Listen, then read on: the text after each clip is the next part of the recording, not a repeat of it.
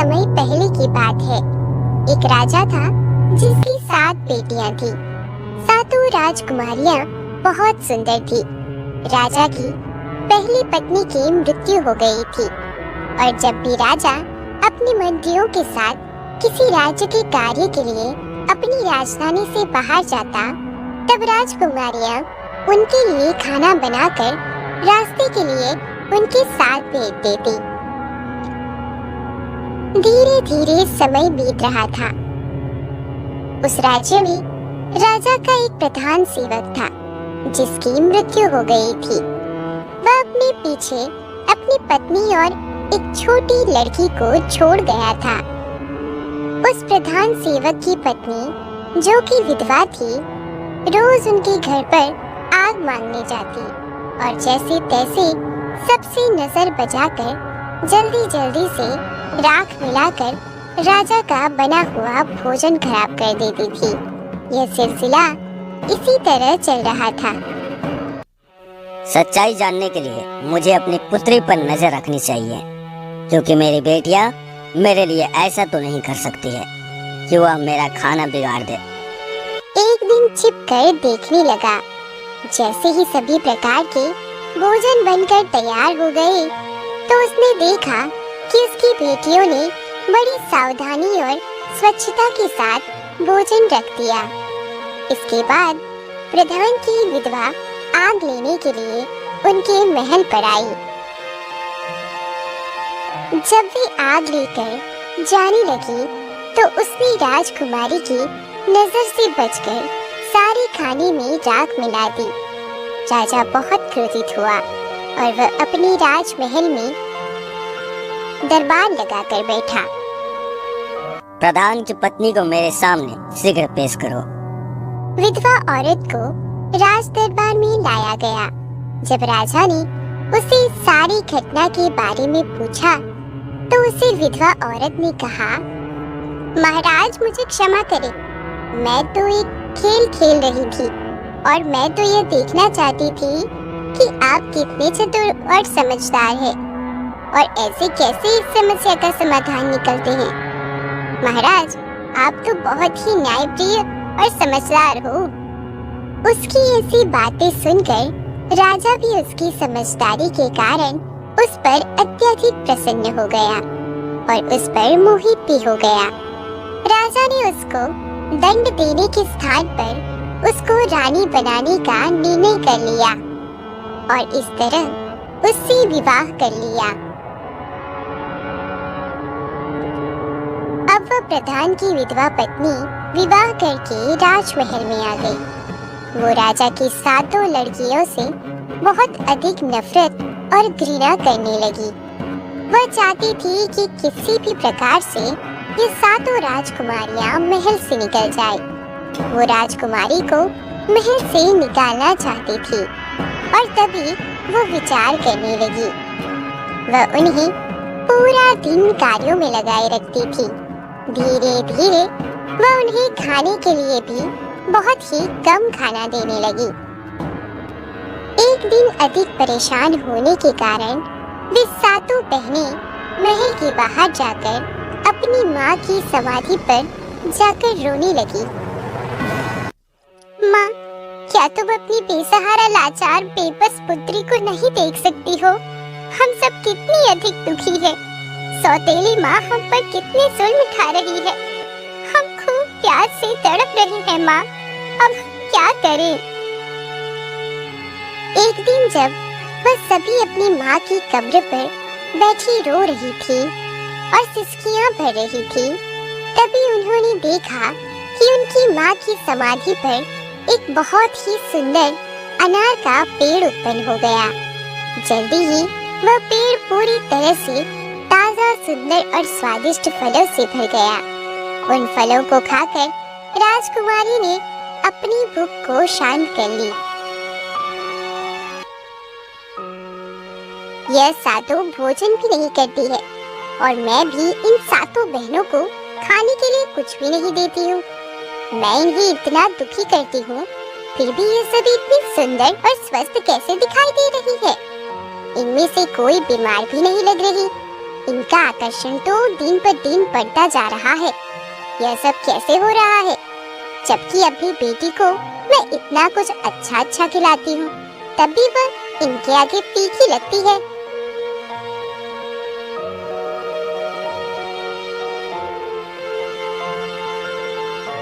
तुम सब क्या देख रही हो? ये लड़की हम सबका पीछा कर रही है, हम सबको देख रही है। चलो हम मिलकर इसको यहाँ से भगा देते हैं, इन अनार के फलों को छुपा देते हैं, नहीं तो वह यहाँ से जाकर सारी बातें अपनी माँ को बड़ा चढ़ा कर बताएगी और ये हमारे लिए बहुत ही बड़ी परेशानी पैदा कर सकता है। नहीं सुनीना, तुम इतनी अधिक परेशान मत हो। यह लड़की तो निर्दोष है, इसकी माँ हमें कष्ट देती है तो इसमें इसका क्या कसूर है? ऐसा कहकर वे उसे अपने पास बुला लेती है और उसको भी खाने के लिए कुछ अनार दे देती है।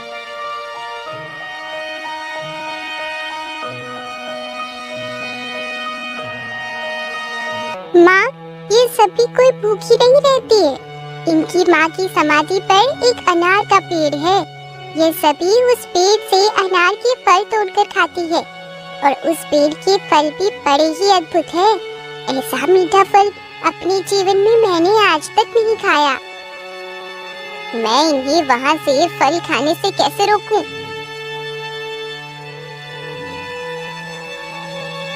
राजा ने अपने कक्ष में आकर रानी से पूछा, रानी, तुम्हारे दुख और उदासी का क्या कारण है? सर में बहुत दर्द है और ऐसा लगता है कि जैसे ये दर्द मेरी जान लेगा। अगर कोई मुझे मेरे इस दर्द से मुक्त कर सकता है तो वह अनार का सुंदर पेड़ है जो तुम्हारी पहली पत्नी की समाधि पर है। वो अनार का पेड़ ही मेरा ये दर्द दूर कर सकता है। उस पेड़ को उखाड़कर उसकी जड़, उसके तने और साथ में उसके पत्तों को पानी में उबालकर जो जल तैयार होगा, उसी उबले जल से मेरे सिर को मालिश करने पर और मेरे द्वारा उसका सेवन करने पर मेरे सिर का दर्द ठीक हो जाएगा।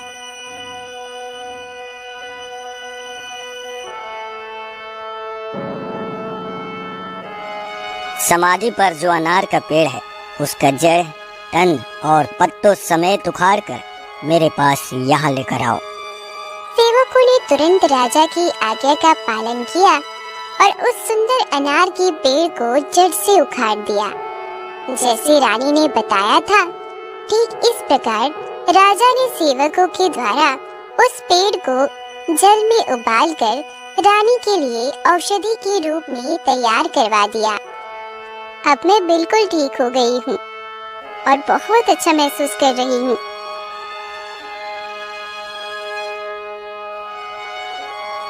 माँ की समाधि पर अनार का पेड़ भी नहीं है। अब हम कहाँ जाएंगे, क्या खाएंगे? तभी उन्होंने देखा कि अनार के पेड़ के स्थान पर एक छोटा सा तालाब बन गया, जो मक्खन जैसे पदार्थ से भरा हुआ था, जिसको रोती हुई सभी खाने लगी। मुझे पता नहीं ये क्या हो रहा है। मैंने तो उस अनार के पेड़ को उखड़वा दिया है जो रानी की समाधि पर उगा था, फिर भी वह सब लड़कियां बिल्कुल भी दुखी नहीं लगती। ना ही वह उदास है और ना ही वह दुबली पतली हुई है। फिर वह अपना भोजन कहाँ से खाती है? क्योंकि महल में जो भोजन मैं उन्हें देती हूँ उसे तो वह खाती नहीं है। तुम फिर से उन पर नजर रखो और देखो कि क्या माजरा है। देखो, ये लड़की दोबारा यहाँ पर आ गई है और हम पर नजर रख रही है। चलो हम इस तालाब को ढक देते हैं, जिससे वह इस तालाब को नहीं देख सके।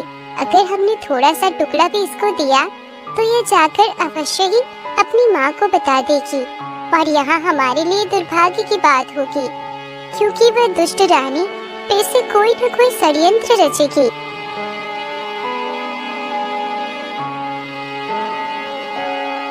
सुनैना की बड़ी बहनों ने समझाया, सुनैना बिना किसी बात के उस बेचारी पर संदेह कर रही है, इसलिए उन सब ने उसके सुझाव पर बिल्कुल भी ध्यान नहीं दिया। उन्होंने प्रधान की पुत्री को भी स्वादिष्ट माखन खाने के लिए दे दिया।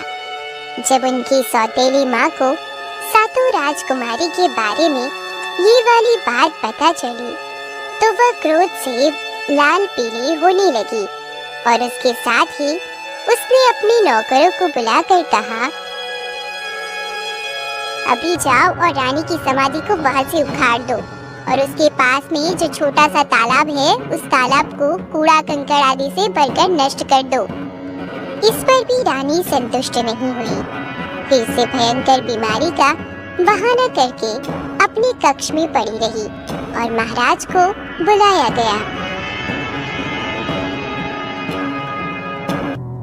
चाहे मेरा साम्राज्य बिक जाए, लेकिन मैं तुम्हारी बीमारी को ठीक करने के लिए तुम्हें अच्छे से अच्छे वैद्य को दिखाऊंगा और तुम्हें बिल्कुल ठीक कर दूंगा। इतना कुछ करने की जरूरत नहीं है। मेरे जीवन को तो केवल तुम्हारा एक छोटा सा कार्य ही बचा सकता है। तुम कहो तो सही, जो तुम कहोगी मैं उसे अवश्य पूरा करूंगा। इसके लिए मैं तुमसे प्रतिज्ञा करता हूँ। मेरे जीवन को बचाने के लिए तुम एक आवश्यक कार्य कर दो।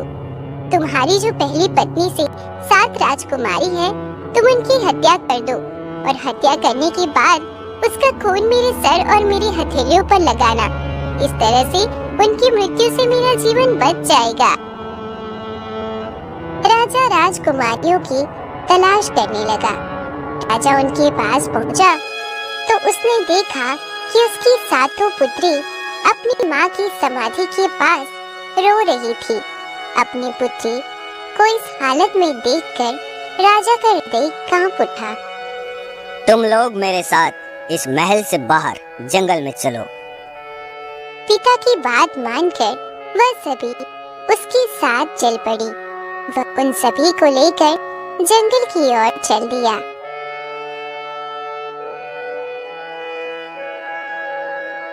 दोपहर का समय था। इस समय बहुत अधिक गर्मी हो रही थी, जिसके कारण सभी 7 थककर एक पेड़ के पास गहरी नींद में सो चुकी थी।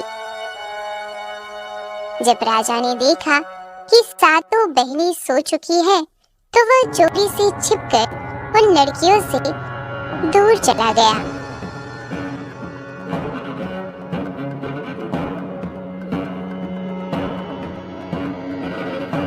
चलो, हमारी पुत्रियां जहाँ कहीं भी रहेगी, कम से कम जीवित और ठीक तो रहेगी। वे अपने सौतेली माँ के अत्याचारों से बची तो रहेगी। राजा ने वापस आते समय जंगल में एक हिरण को मारा और उसके खून को लेकर महल में वापस आ गया। उसने रानी के सर और हथेली पर उस हिरण के खून को लगा दिया। ठीक महसूस कर रही। उधर जंगल में राजा के चले जाने के बाद 7 बहनों की नींद खुल गई। उन्होंने अपने आप को घने जंगल में अकेला पाया। ठीक उसी दिन उस जंगल में एक दूसरे पड़ोसी राज्य के 7 राजकुमार वहां शिकार खेलने के उद्देश्य से आए थे।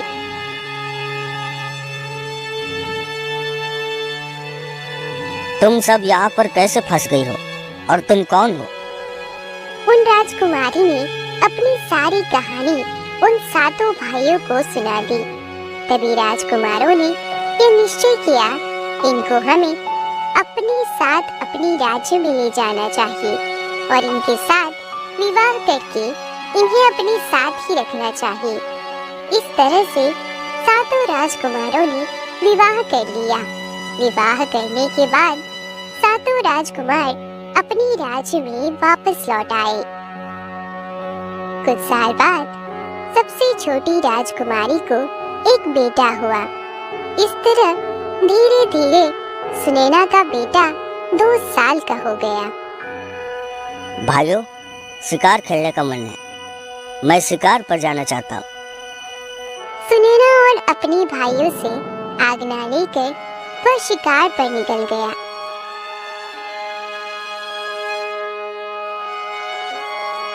लेकिन कई दिन बीत जाने के बाद भी वह वापस नहीं आया। हम भी वहां जाएंगे और उसे ढूंढ कर लाएंगे। वह सभी 6 राजकुमार छोटे राजकुमार की तलाश में राजमहल से निकल पड़े, लेकिन वह 6 भाई कभी भी वापस नहीं आए। यह जानकर 7 राजकुमारी को बड़ा दुख हुआ। जब उनके पति वापस नहीं आए तो उनके मन में विचार आने लगे कि उनके पतियों को किसी ने जंगल में मार दिया या उनके साथ कुछ गलत हुआ है।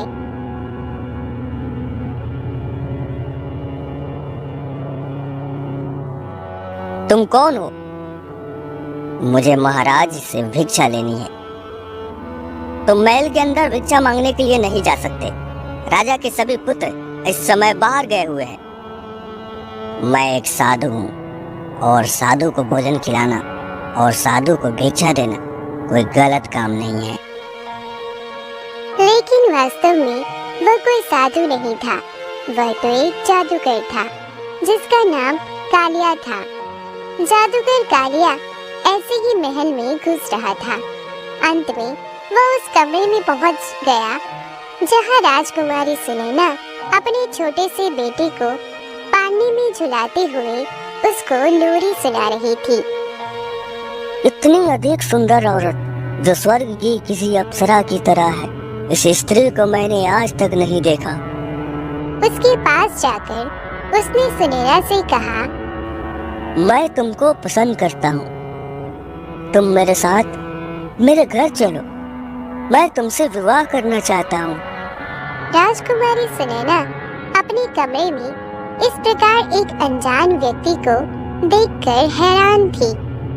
मैं शादीशुदा हूँ, मेरे पति है। मुझे डर है कि उसकी मृत्यु हो चुकी है।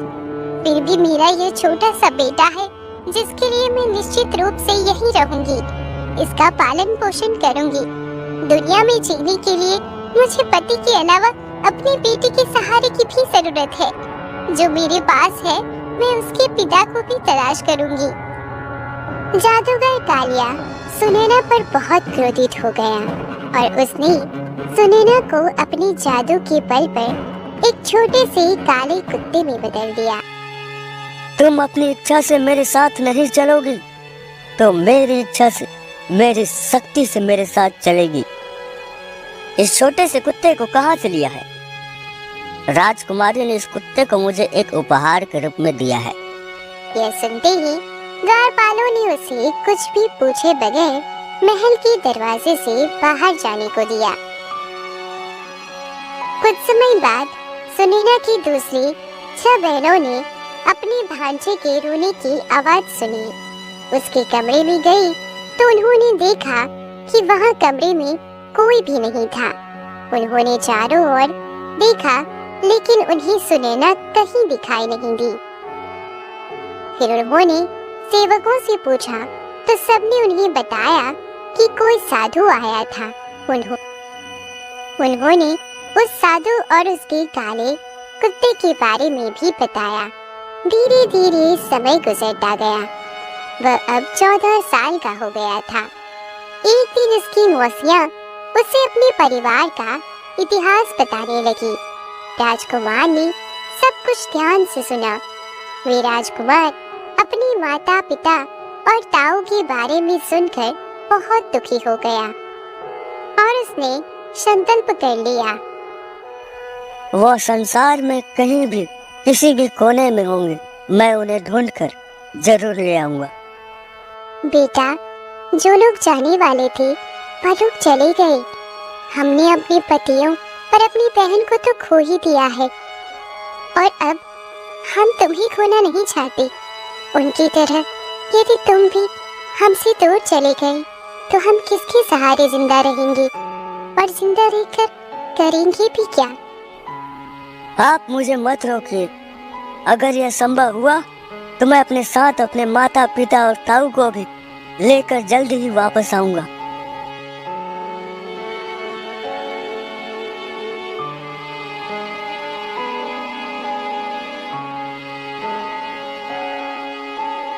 इसी बीच में एक ऐसे देश में पहुंच गया जो पूरी तरह से पत्थरों का देश था। वहाँ पर बड़ी बड़ी चट्टानें, पेड़ इसके अतिरिक्त थे। एक बहुत ही बड़ी और ऊंची पत्थर की कठोर इमारत थी, जिसके एक किनारे पर एक छोटा सा मकान बना था।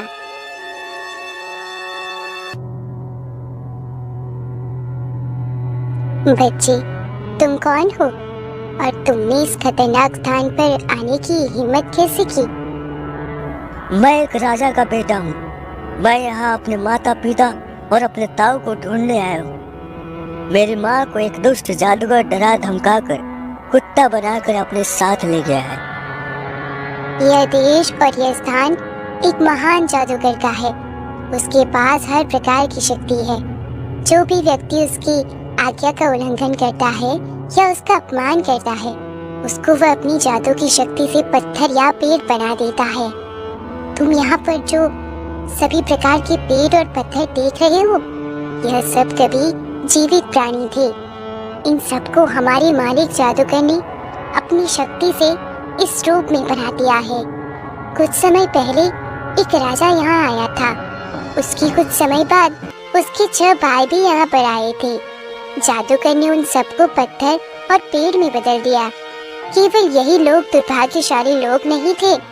इनके अतिरिक्त एक बहुत सुंदर रानी है, जिसको उसने यह बड़ी इमारत में पिछले 12 साल से कैद करके रखा है। जादूगर उससे विवाह करना चाहता है, लेकिन वह जादूगर से नफरत करती है। अवश्य ही यह सब मेरे माता पिता और मेरे ताऊ ही है। आखिरकार अंत में मैंने उन सबको खोज ही लिया, जिनके लिए मैं इतने समय से भटक रहा था। इसके बाद उसने अपनी कहानी उस माली की पत्नी को बताई। उसने माली की पत्नी को कहा कि वह उसे उन बेकसूर और लाचार लोगों के बारे में और अधिक जानकारी दे और जादूगर से बचने में उसकी मदद करे। तुम अपना रूप बदल लो। कहीं जादूगर ने तुमको देख लिया तो वह तुम्हें भी पत्थर में बदल देगा। राजकुमार तैयार हो गया और माली की पत्नी ने उसी राजकुमार को अपनी एक साड़ी पहना दी कि आज से तुम सबकी नजरों में मेरी पुत्री हो। उसके थोड़े समय बाद जैसे ही जादूगर कालिया घूम रहा था, तभी वहाँ एक छोटी लड़की को देखकर अपने पास बुलाया। तुम बहुत ही सुंदर हो। कल तुम वहाँ बड़ी इमारत में रहने वाली सुंदर औरत के लिए मेरा पहले उपहार लेकर आना। जादूगर से मिलने के बाद वह तुरंत माली की पत्नी के पास गया और इस बारे में उसने उसको बताया और विचार विमर्श करने के बाद उसने निश्चय किया कि वह इसी भेष में रहेगा। जब सुनैना की शादी राजकुमार के साथ हुई थी, तो राजकुमार ने उसको एक छोटी सी अंगूठी दी थी, जिस पर उसका नाम लिखा हुआ था। तुम कुछ ऐसा इस गुलदस्ते में छुपा कर रख दो जिसे देखकर तुम्हारी माँ तुम्हें पहचान जाए। माली की पुत्री के रूप में राजकुमार को हर रोज फूलों का गुलदस्ता अपनी माँ तक पहुँचाने का मौका मिल चुका था। अपनी उंगली में पहले अंगूठी को निकालकर उसे फूलों के गुलदस्ते में बांधकर अपनी माँ सुनैना के कदमों में डाल दिया। इस अंगूठी के जमीन पर गिरते ही आवाज आई। जैसे ही सुनैना ने उस फूल के गुलदस्ते की ओर ध्यान दिया, तब एक छोटी सी अंगूठी को फूलों के साथ बंधी हुए पाया। उस अंगूठी को पहचानते ही जब उसने फूलों का गुलदस्ता लाने वाली लड़की की ओर देखा, तो लड़की बने राजकुमार ने उसे अपने बारे में बताया। कितनी खोज करने के बाद मैंने आपको प्राप्त किया है और जल्द ही आपको और हमारे पिताजी को दुष्ट जादूगर कालिया से मुक्त कर ले जाऊंगा। जादूगर ने मुझे पिछले 12 सालों से यहाँ कैद कर रखा है और उसने इस इमारत के सारे दरवाजों को भी बंद करके रखा है, क्योंकि वह मुझसे विवाह करना चाहता है। मैंने उससे विवाह करने के लिए मना कर दिया था। माँ, तुमने कालिया जादूगर से 12 सालों तक केवल कठोरता और क्रोध से बात की है। अब तुम जादूगर से कहो कि मैंने इतने लंबे समय तक अपने पति का शौक किया, अब मैं तुमसे शादी करने को तैयार हूँ। इसके बाद आप यहाँ पता लगाना कि उसकी शक्ति क्या है और क्या वो अमर है या उसे मारा जा सकता है।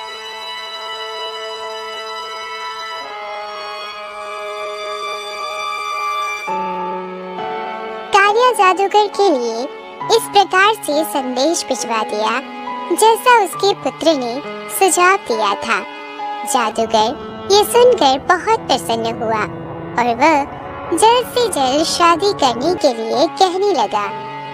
इससे पहले कि मैं आपसे शादी करूं, मुझे थोड़ा और समय चाहिए ताकि हम दोनों के बीच हमारा अधिक परिचय हो सके। और दुश्मनी जितनी लंबी होती है, दोस्ती होने के बाद उनकी दोस्ती का स्तर और भी मजबूत हो सकता है। क्या आप पूरी तरह से अमर हैं? क्या आपको कभी मृत्यु नहीं आ सकती? क्या आप मानव जाति को महसूस करने के लिए एक महान जादूगर हैं? तुम ये क्यों पूछ रही हो? शादी करके आपकी पत्नी बनने से पहले मैं आपके बारे में सब कुछ जानना चाहती हूँ। यदि कोई आपदा आपके ऊपर आ गई तो मैं उसे कैसे काबू में करूँगी? पहले पति और पहले पुत्र को तो मैंने खो ही दिया है, लेकिन अगर मैं तुमसे शादी करूँगी और मैं तुमको खो दूंगी तो मैं किसके सहारे रहूंगी? सच है, मैं दूसरे के रूप में नहीं हूँ। यहाँ से बहुत दूर सैकड़ों मील की दूरी पर एक घना जंगल है। उसी घने जंगल में जहाँ पर केवल ताड़ के पेड़ हैं और उन ताड़ के वृक्षों के घेरे के अंदर 6 बड़े पानी से भरे हुए तालाब हैं जो एक दूसरे के ऊपर गिरते हैं। छठे तालाब के नीचे एक छोटा सा पिंजरा है जिसमें एक हल्के रंग का तोता रहता है। ये जीवन मेरा उसी पर निर्भर है। उसे तोता के मर जाने से ही मैं मरूंगा। हालांकि यह असंभव है, तोता को किसी प्रकार से चोट नहीं पहुंचाई जा सकती। उस तोता को सुरक्षित बनाए रखने के लिए मैंने वहां पर बहुत बड़े बड़े जीनों को नियुक्त कर दिया है। जो भी उस जगह के आसपास नजर आएगा उसे तुरंत मार दिया जाएगा। जादूगर के डर से सुनैना को अपने पुत्र को वहां जाने से मना करना पड़ा।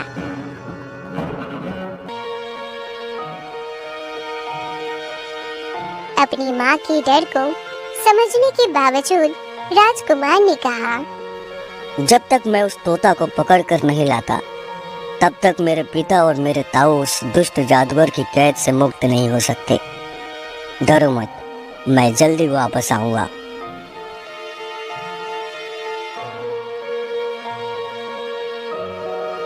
राजकुमार अपनी माँ को जल्द ही वापस आने का वचन देकर तोते की तलाश में निकल पड़ा।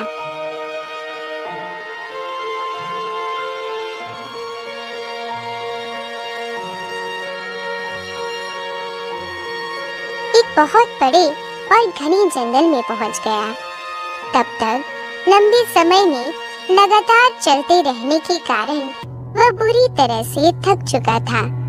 वहां जंगल में वह एक बड़े छायादार पेड़ के नीचे आराम करने लगा। उसको नींद आ गई।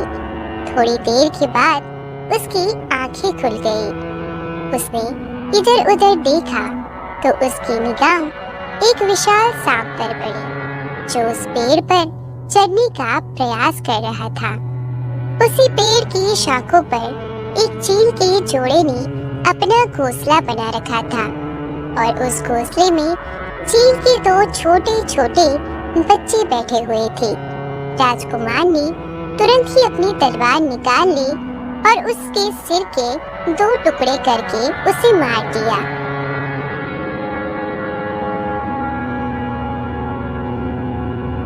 देखते ही देखते 2 वृद्ध चील घोंसला में आकर बैठ गए। उन्होंने जल्दी ही मरी हुई सर्प को देखा और उसके समीप ही तलवार पकड़कर खड़े हुए राजकुमार को भी देखा।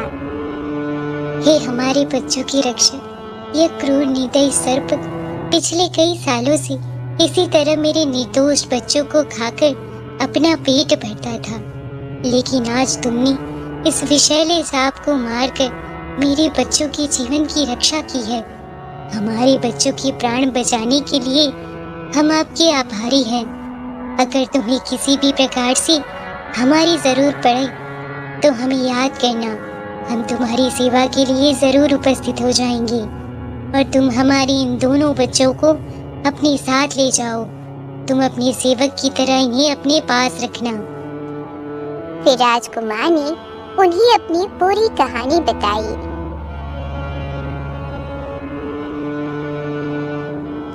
इस जंगल में तुम्हारे बताए हुए स्थान को ढूंढने के लिए हम तुम्हारी मदद कर सकते हैं। इसके बाद उन दोनों चीलों ने अपने पंखों को फैलाया और उस पर राजकुमार को बैठा लिया।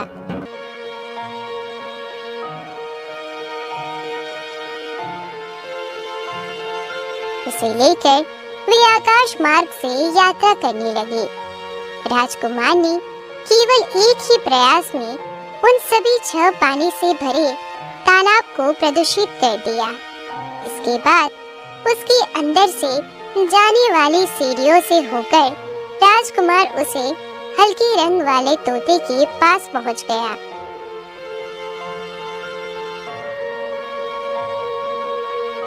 राजकुमार ने उस तोते को कपड़े में लपेटकर अपनी लबादे जेब में डाल दिया। सैकड़ों मील की उड़ान भरने के बाद वह चील वहां से बहुत दूर अपने घर पर आ गए।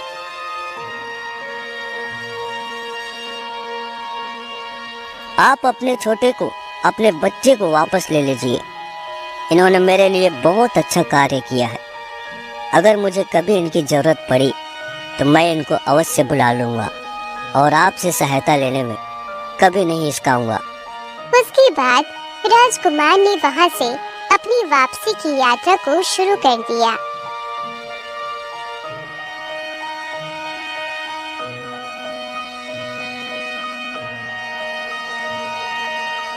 वह महल के दरवाजे के पास नीचे बगिया में बैठकर उस तोते के साथ खेलने लगा।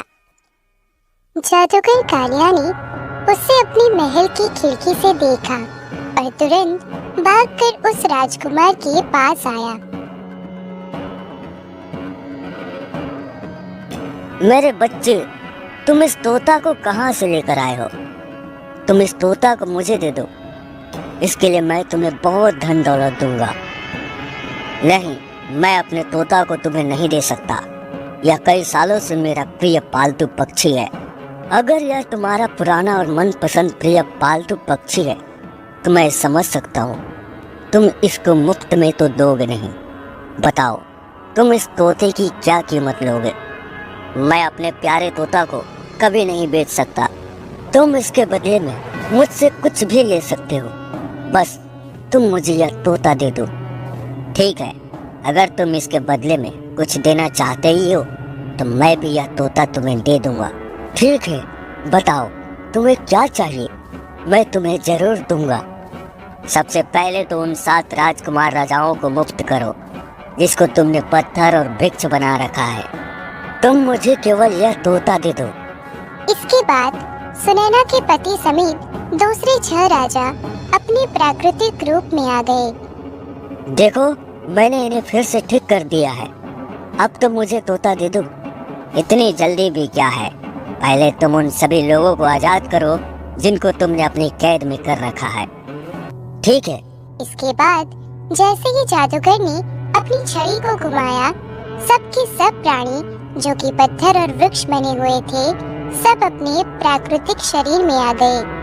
इसके बाद वह पूरा बगीचा जो कुछ समय पहले पत्थरों और वृक्षों से भरा हुआ था, चारों तरफ मानव जीवन की खुशबू से महकने लगा। तुम मुझे यह तोता दे दो। राजकुमार ने उस तोते को बहुत ही शक्ति से पकड़ लिया और उसके एक पंख को जोर लगाकर उसके शरीर से अलग कर दिया। अब यह तोता मुझे दे दो।